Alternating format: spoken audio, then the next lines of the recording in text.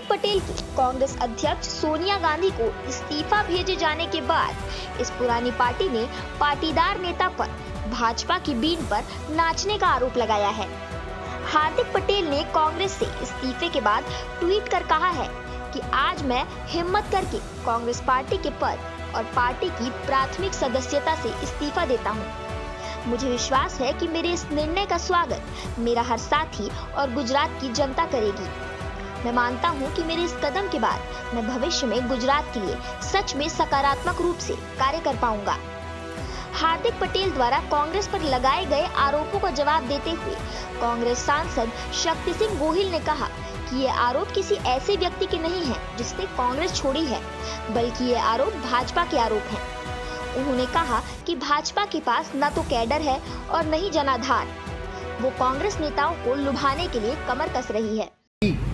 आज जो कुछ उसने लिखा है वो साफ साफ भाजपा का लिखवाया हुआ है, क्योंकि मुझे कुछ हमारे साथी जो भाजपा में गए और वहां जाके जो पछताए हैं, उन्होंने मुझे कहा कि जब भाजपा हमको किसी न किसी तरह ले जाना चाहती है तो हमें एक स्क्रिप्ट लिख के दिया जाता है, सिर्फ मुंह हमारा होता है या पेन हमारी होती है, बाकी सारा प्लॉट जो होता है वो भाजपा का होता है।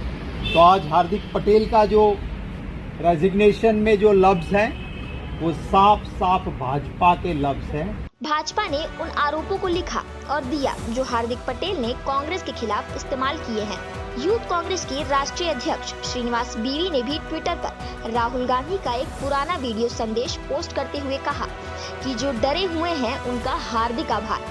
ट्वीट में लिखा है, जो सच्चाई के साथ खड़े होते हैं वे विचारधारा के साथ खड़े होते हैं। बीवी ने हार्दिक पटेल का ट्वीट टैग करते हुए लिखा कि कैप्शन की जरूरत नहीं है, हार जीत के कारण पाले व्यापारी बदलते हैं, विचारधारा के अनुयायी नहीं। लड़ूंगा, जीतूंगा और मरते दम तक कांग्रेस के साथ रहूंगा।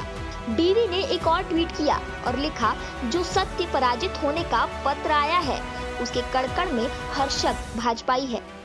हार्दिक ने कहा कि उन्हें विश्वास है कि इस कदम के बाद वे राज्य की बेहतर सेवा कर सकेंगे।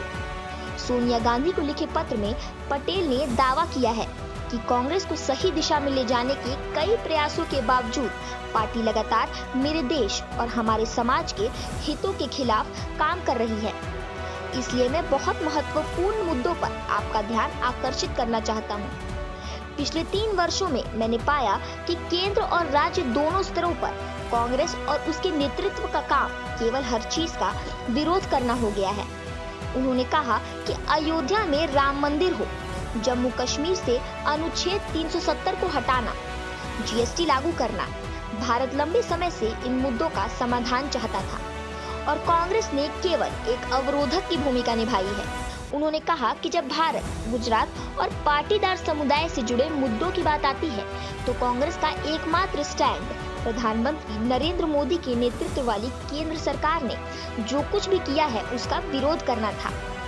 राज्य में पाटीदार समुदाय के लिए आरक्षण की मांग को लेकर आंदोलन का नेतृत्व करने के बाद 2015 में हार्दिक पटेल को प्रमुखता मिली। उन्हें जुलाई 2020 में गुजरात कांग्रेस का कार्यकारी अध्यक्ष बनाया गया था, लेकिन उनके द्वारा उठाए गए मुद्दों से लोग ये अनुमान लगा रहे हैं कि वे जल्द ही भाजपा में शामिल हो सकते हैं। न्यूज़ ट्रैक के लिए मैं आकांक्षा मिश्रा।